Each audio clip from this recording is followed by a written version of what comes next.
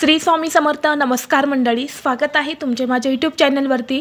आजचा दिवस तुम्हाला खूप छान सुखाचा आनंदाचा जाऊ हीच मी स्वामींच्या चरणी प्रार्थना करते आणि आज नवीन व्हिडिओला सुरुवात करते. यंदा 2025 मध्ये मार्गशीर्ष महिन्याची सुरुवात 21 नोव्हेंबरला झालेली आहेत आणि 20 नोव्हेंबरला या मार्गशीर्ष महिन्याची समाप्ती होणार आहे. मार्गशीर्ष हा महिना भगवान श्रीहरी विष्णू आणि माता लक्ष्मी यांचा आवडता महिना समजला जातो. या महिन्यात दर गुरुवारी महालक्ष्मीचं व्रत केलं जातं. ज्योतिषशास्त्रानुसार या व्रताचे पालन केल्याने सर्व भक्तांवर भगवान विष्णू आणि माता लक्ष्मी यांचा आशीर्वाद हा प्राप्त होतो. या पवित्र मार्गशीर्ष महिन्यात विशेष गुरुवारच्या दिवशी अनेक ठिकाणी महिला महालक्ष्मीचं व्रत हे निष्ठेने आणि श्रद्धेने करताना दिसतात. यावेळी महालक्ष्मीची मनोभावे पूजा आणि उपवास करण्याची पद्धत आहे. दरवर्षी मार्गशीर्ष महिन्यामध्ये 4 गुरुवार किंवा एखाद्या वर्षी 5 गुरुवार असतात. यावर्षी 2025 मध्ये मार्गशीर्ष महिन्यात एकूण 4 गुरुवार असणार आहेत. त्यातील पहिला गुरुवार हा 27 नोव्हेंबरला, दुसरा गुरुवार 4 डिसेंबरला आणि तिसरा गुरुवार 11 डिसेंबरला आहे. तसेच शेवटचा चौथा गुरुवार हा 18 डिसेंबरला असणार आहेत. आणि म्हणून आपल्याला एकूण 4 गुरुवार या मार्गशीर्ष महिन्यामध्ये व्रत करायचं आहेत. पहिल्या गुरुवारी व्रताचा संकल्प करून या व्रताला सुरुवात करायची आहे आणि शेवटच्या गुरुवारी आपल्याला या व्रताचं उद्यापन करायचं आहे. मार्गशीर्ष हा संपूर्ण महिना अतिशय पवित्र आणि शुभ असल्यामुळे या महिन्यामध्ये आपल्याला काही नियम पाळायचे आहेत. यासोबतच काही चुका आपल्या हातून होणार नाही याची आपल्याला विशेष काळजी घ्यायची आहे. तसेच जेव्हा आपलं व्रत असतं तेव्हा आपण केस अवश्य धुत असतो. यामुळे आपलं शरीर जे आहे तर ते संपूर्ण शुद्ध आणि पवित्र होते. परंतु मार्गशीर्ष महिन्यात गुरुवारचं व्रत असतं आणि गुरुवारी केस धुतले जात नाही. म्हणून गुरुवारी व्रत आहे पण केस धुवावे का किंवा गुरुवारी फरशी पुसावी का, तसेच पूजा कोणत्या वेळेत करावी, सकाळी की संध्याकाळी, तसेच या मार्गशीर्ष महिन्यामध्ये कोणत्या महत्त्वाच्या नियमांचे पालन करावे अशी ही संपूर्ण माहिती आज या व्हिडिओमध्ये मी तुमच्यासोबत शेअर करणार आहेत. त्यामुळे तुम्ही हा व्हिडिओ स्किप न करता शेवटपर्यंत नक्की पहा. चॅनलवरती नवीन असाल तर सबस्क्राईब करा आणि असेच माहितीपूर्व नवनवीन व्हिडिओ पाहण्यासाठी बेल आयकॉनलाही प्रेस करा.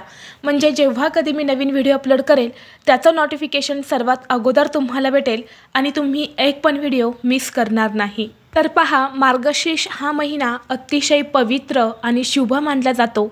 या मार्गशीर्ष महिन्यामध्ये माता लक्ष्मी आपल्या घरात सूक्ष्म स्वरूपामध्ये वास करत असते आणि लक्ष्मीचा प्रभाव हा इतर दिवसांच्या तुलनेत मार्गशीर्ष महिन्यामध्ये खूप जास्त वाढलेला असतो आणि काही प्रमाणामध्ये सूक्ष्म स्वरूपात ती आपल्या घरामध्ये, आपल्या घराच्या अवतीभोवती फिरत असते. आणि म्हणून आपल्याला काही चुका अशा आहेत ज्या चुकूनही करायच्या नाहीत, नाहीतर याचे आपल्याला वाईट परिणाम जे आहेत तर ते सुद्धा भोगावे लागू शकतात. आपल्याला याचा त्रास देखील होऊ शकतो आणि घरातून लक्ष्मी ही देखील काढता पाय घेऊ शकते. म्हणून काही नियम मी तुम्हाला सांगणार आहे, तर त्या नियमांचं पालन स्त्री आणि पुरुष या सगळ्यांनी करायचं आहे. जरी तुम्ही मार्गशीर्ष महिन्यातील गुरुवारचं व्रत करत नसेल किंवा असेल तरीही सर्वांनी हे नियम जे आहेत तर ते आवर्जून पाळायचे आहेत. आपल्या संसारामध्ये, घरामध्ये सुख शांती नांदण्यासाठी, धनसंपत्ती सर्व काही अगदी भरभरून मिळण्यासाठी मार्गशीर्ष महिना जो असतो तर तो खूप शुभ मानला जातो. कारण साक्षात धनाची देवी म्हणजेच माता लक्ष्मीला हा महिना समर्पित केला आहे. आणि म्हणून सगळ्यात महत्त्वाचं म्हणजे मार्गशीर्ष महिन्यामध्ये दररोज सकाळी लवकर उठून स्वच्छ स्नान करायचं आहे. स्नान करून झालं की नित्यनेमाने घरातील एका मोठ्या व्यक्तीने किंवा इतर एका तरी व्यक्तीने सूर्याला जल जे आहे तर ते आवर्जून अर्पण करायचं आहे. सूर्यदेवांचा आपल्या आयुष्यामध्ये खूप महत्त्वाचं स्थान आहे. त्यामुळे सूर्याला जल अर्पण केल्याने आपली दिवसाची सुरुवात ही सकारात्मकतेने होत असते आणि आपला संपूर्ण दिवस जो आहे तर तो चांगला जातो. म्हणून तुम्हाला मार्गशीर्ष महिन्यामध्ये नित्यनेमाने सूर्याला अर्घ्य द्यायचा आहे, म्हणजे जल अर्पण करायचं आहे. त्याचबरोबर या महिन्यामध्ये दररोज सकाळी स्नान करताना तुम्हाला अंघोळीच्या पाण्यामध्ये चिमूटभर हळद टाकायची आहे. किंवा तुमच्याकडे पंचगव्य असेल तर ते सुद्धा तुम्ही टाकू शकतात। जेव्हा तुम्ही अंघोळीच्या पाण्यामध्ये हळद किंवा पंचगव्य टाकून स्नान करतात तेव्हा तुमचं शरीर, मन, आत्मा हा शुद्ध आणि पवित्र होत असतो। यामुळे तुम्ही उपवास करणार असेल तर त्या उपवासाचं तुम्हाला संपूर्ण फळ जे आहे तर ते प्राप्त होते। आणि जरी तुम्ही व्रत करत नसेल तरीही तुमचं मन शुद्ध आणि पवित्र होतं आणि या संपूर्ण मार्गशीर्ष महिन्याचं शुभफळ जे आहे तर ते तुम्हाला मिळत असतं। आणि त्यामुळे घरातील प्रत्येक व्यक्तीने अगदी लहान मुलांपासून ते मोठ्यांपर्यंत सर्वांनी आपल्या अंघोळीच्या पाण्यामध्ये ह्या 2 वस्तू ज्या आहेत तर त्या आवर्जून टाकायच्या आहेत। तुमच्याकडे गंगाजल असेल तर ते सुद्धा तुम्ही टाकू शकता किंवा गोमूत्र असेल ते टाकलं तरी सुद्धा चालेल। या 4 पैकी तुम्ही एक वस्तू जी आहे तर ती अवश्य तुमच्या अंघोळीच्या पाण्यामध्ये टाकायची आहेत। तसेच पुढचा नियम म्हणजे तुम्हाला मार्गशीर्ष महिन्यामध्ये चुकूनही मांसाहार हा करायचा नाही। श्रावण महिन्या इतकाच हा मार्गशीर्ष महिना पवित्र मानला जातो। जसा श्रावण महिना भगवान शिवशंकरांना समर्पित आहे तसाच हा महिना भगवान श्रीकृष्ण म्हणजेच भगवान विष्णू आणि माता लक्ष्मीला समर्पित आहे। म्हणून या महिन्यामध्ये मांसाहार तुम्हाला अजिबात करायचा नाही। घरात तर आपल्याला बनवायचाच नाही, परंतु बाहेर जाऊन सुद्धा तुम्हाला मांसाहार हा अजिबात करायचा नाही। आणि ज्या महिला गुरुवारचं व्रत करणार आहेत त्यांनी तर मांसाहार हा अजिबातच करायचा नाही। महिलांना असं वाटतं की आपलं गुरुवारचं व्रत असतं, गुरुवार सोडून आपण इतर दिवशी मांसाहार करू शकतो का? तर नाही। तुम्ही जर खरंच गुरुवारचं व्रत करत असेल तर तुम्हाला संपूर्ण महिना मांसाहार हा वर्ज्य करायचा आहे, नाहीतर या व्रताचं फळ जे आहे तर ते तुम्हाला मिळणार नाही। तसेच बऱ्याच जणांच्या घरामध्ये एक खूप मोठा प्रॉब्लेम असतो, तो म्हणजे असा की घरामध्ये मांसाहार हा झालाच पाहिजे। मग बऱ्याच ताईंच्या कमेंट्स असतात की ताई आम्ही मार्गशीर्ष गुरुवारचं व्रत करतो, आम्ही मांसाहार करत नाही, परंतु आमच्या घरामध्ये मांसाहार केला जातो आणि ते आम्हाला करावंच लागतं। तर बघा, तुम्ही त्यांना ही गोष्ट पटवून देण्याचा जास्तीत जास्त प्रयत्न करा। जर त्यांना शक्यच नसेल तर त्यांना सांगा की तुम्ही बाहेर जाऊन खा, घरात करू नका। तर हा एक खूप महत्त्वाचा नियम जो आहे तर तुम्हाला आवर्जून या मार्गशीर्ष महिन्यामध्ये पाळायचाच आहे। आणि बघा, जेव्हा घरातील स्त्री आपल्या कुटुंबासाठी, सुखी संसारासाठी व्रत करत असते तेव्हा घरातील समजदार लोक जे असतात तर ते समजून सुद्धा घेत असतात। म्हणून तुम्ही त्यांना समजून जर सांगितले तर ते नक्कीच तुमचं ऐकतील। तसेच तुमच्या घरामध्ये सतत वाद विवाद क्लेश होत असतील, घरातील मंडळी हे विचित्र वागत असतील तर तुम्हाला या मार्गशीर्ष महिन्यामध्ये तुमच्या घरामध्ये माता लक्ष्मी आणि भगवान विष्णूंची सेवा करायची आहेत। जसे की विष्णू सहस्रनाम असेल, व्यंकटेश स्तोत्र, श्रीसूक्त किंवा महालक्ष्मी अष्टकम, महालक्ष्मीचा मंत्र असे मंत्र स्तोत्र जे आहेत तर ते तुम्हाला मोबाईलवरती किंवा टीव्हीवरती अगदी कमी आवाजामध्ये सकाळ संध्याकाळ लावायचे आहेत। जेव्हा असे स्तोत्र मंत्र तुम्ही तुमच्या घरात लावतात तेव्हा घरातील जी विचित्र मंडळी असतात, विचित्र वागणारे लोक असतात तर त्यांचा खूप चांगला परिणाम जो आहे तर त्या व्यक्तीवरती होत असतो। त्यामुळे घरातील वाईट वागणारी व्यक्तीसुद्धा चांगली वागू लागते। त्या व्यक्तीच्या मनामध्ये सुद्धा खूप जास्त प्रमाणामध्ये सकारात्मक ऊर्जा जी आहे तर ती निर्माण होते। करून पहा, तुम्हाला 100% याचा अनुभव जो आहे तर तो आल्याशिवाय राहणार नाहीत। तसेच या मार्गशीर्ष महिन्यामध्ये तुम्हाला घराचा उंबरठा, घराच्या बाहेरची जागा ही पूर्णपणे स्वच्छ ठेवायची आहेत। दररोज आपल्याला उंबरठ्यावरती हळदीचं लेपन करायचं असतं, परंतु दररोज ते शक्य होणार नाही। म्हणून मार्गशीर्ष महिन्यामध्ये गुरुवारी तुम्हाला हळदीचं लेपन आवर्जून करायचं आहे। तसेच तुम्हाला दररोज सकाळी उठल्यानंतरनं ज्या प्रकारे सूर्याला जल अर्पण करायचं आहे त्याच पद्धतीने एका तांब्याच्या कलशातून हळदीचं पाणी जे आहे तर ते तुम्हाला उंबरठ्यावर आणि उंबरठ्याच्या बाहेर आवर्जून शिंपडायचं आहे आणि उंबरठा हा स्वच्छ पुसून घ्यायचा आहे। कारण आपल्या घराच्या मुख्य दरवाजातूनच माता लक्ष्मी जी आहे तर ती आपल्या घरामध्ये येत असते आणि त्यामुळे आपल्या घराचा मुख्य दरवाजा हा खूप महत्त्वाचा असतो। तिथूनच दुःख, संकट, सुख जे काही आहे तर ते तिथूनच येत असते आणि म्हणून आपल्या घराचा मुख्य दरवाजा हा स्वच्छ असेल तर फक्त चांगल्याच गोष्टी आपल्या घरामध्ये येत असतात। आणि सांगितल्याप्रमाणे माता लक्ष्मी ही आपल्या घरात सूक्ष्म स्वरूपात वास करत असते। म्हणून आपल्याला उंबरठ्याची पूजा जी आहे तर ती आवर्जून करायची आहे। घराच्या मुख्य दरवाजावरती तुम्हाला कुंकवाने स्वस्तिक काढायचं आहे। स्वस्तिक काढताना मधले 4 बिंदू आणि कडाच्या 2 लाईन ज्या असतात तर त्या सुद्धा द्यायच्या आहेत। स्वस्तिकला हळद कुंकू अक्षदा अर्पण करून धूप दीप अगरबत्ती जी आहे तर ती सुद्धा ओवाळून घ्यायची आहेत। त्याचबरोबर शक्य असेल तर या मार्गशीर्ष महिन्यामध्ये गुरुवारी आपल्या मुख्य प्रवेशद्वारावरती आंब्याच्या पानांचं तोरण तुम्ही नक्की लावा, कारण आंब्याची पानं ही खूप शुभ असतात। आंब्याच्या पानामध्ये नकारात्मकता वाईट शक्ती आकर्षित करण्याची खूप जास्त शक्ती असते, म्हणून तुम्ही आंब्याच्या पानांचं तोरणसुद्धा मुख्य प्रवेशद्वारावरती लावू शकता। त्याचबरोबर या मार्गशीर्ष महिन्यामध्ये प्रत्येक गुरुवारी तुम्हाला तुमच्या देवघरामध्ये अखंड दिवा लावायचा आहे। अखंड दिवा म्हणजे कसा, सकाळी तुम्हाला हा दिवा लावल्यानंतर ना दुसऱ्या दिवशी सकाळपर्यंत हा दिवा तेवत राहील, एवढं भरपूर तेल किंवा तूप तुम्हाला घालून अखंड दिवा आपल्या घरामध्ये लावायचा आहे। आणि जर तुम्ही मार्गशीर्ष महिन्यातील गुरुवारचं व्रत करत असेल तर तिथे सुद्धा अखंड दिवा जो आहे तर तो चालू राहिला पाहिजे। यामुळे माता लक्ष्मी आपल्या घरात अखंड स्वरूपात वास करते। त्याचबरोबर जर तुमच्या देवघरामध्ये श्रीयंत्र असेल तर श्रीयंत्रावरती तुम्हाला कुंकुम अर्चन करायचं आहे आणि या श्रीयंत्रावरती आपल्याला कमळगट्ट्याची जी 108 मण्यांची माळ असते तर ती ठेवायची आहेत, कारण श्रीयंत्राला माता लक्ष्मीचं प्रतीक मानलं जातं आणि ती कमळाच्या फुलावरती विराजमान आहे। आपण 108 कमळाची फुलं अर्पण करू शकत नाही, म्हणून कमळगट्ट्याची बी असतात तर त्याची माळ तुम्हाला वरून ठेवायची आहेत आणि श्रीयंत्रावरती तुम्हाला कुंकुम अर्चन करायचं आहे। हे सुद्धा महालक्ष्मी व्रतातील एक सेवेचाच भाग आहे। आणि जर तुम्हाला या मार्गशीर्ष महिन्यामध्ये श्रीयंत्राची स्थापना करायची असेल तर तुम्ही कोणत्याही गुरुवारी या श्रीयंत्राची स्थापना जी आहे तर ती करू शकता। त्याचबरोबर पुढचा नियम हा खूप महत्त्वाचा आहे।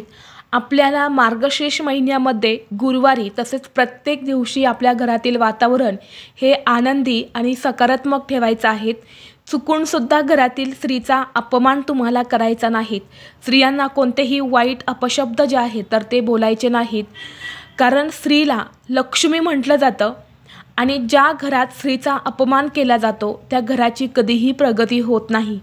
माणूस हा कितीही मोठा असला आणि कितीही कमवत असला आणि जर तो घरातल्या स्त्रीचा इज्जत ठेवत नसेल, तिचा अपमान करत असेल तर त्या घरामधली लक्ष्मी जी आहे तर ती कधीच टिकत नाही।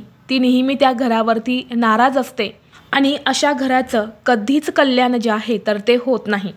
अशा घरामध्ये कितीही पैसा आला ना तरी तो टिकत नाही, म्हणून कधीही स्त्रीचा अपमान आणि अनादर जो आहे तर तो करू नका। तसे तर कायमच स्त्रीचा अपमान करू नये असं सांगितलं जातं, परंतु बघा टाळी एका हाताने वाजत नाही, त्यामुळे घरातील महिलांनी सुद्धा या गोष्टीची काळजी घ्यायची आहे की आपल्या घरामध्ये कोणतेही वाद विवाद किंवा कटकटी भांडणे वगैरे जे आहेत तर ती होणार नाहीत।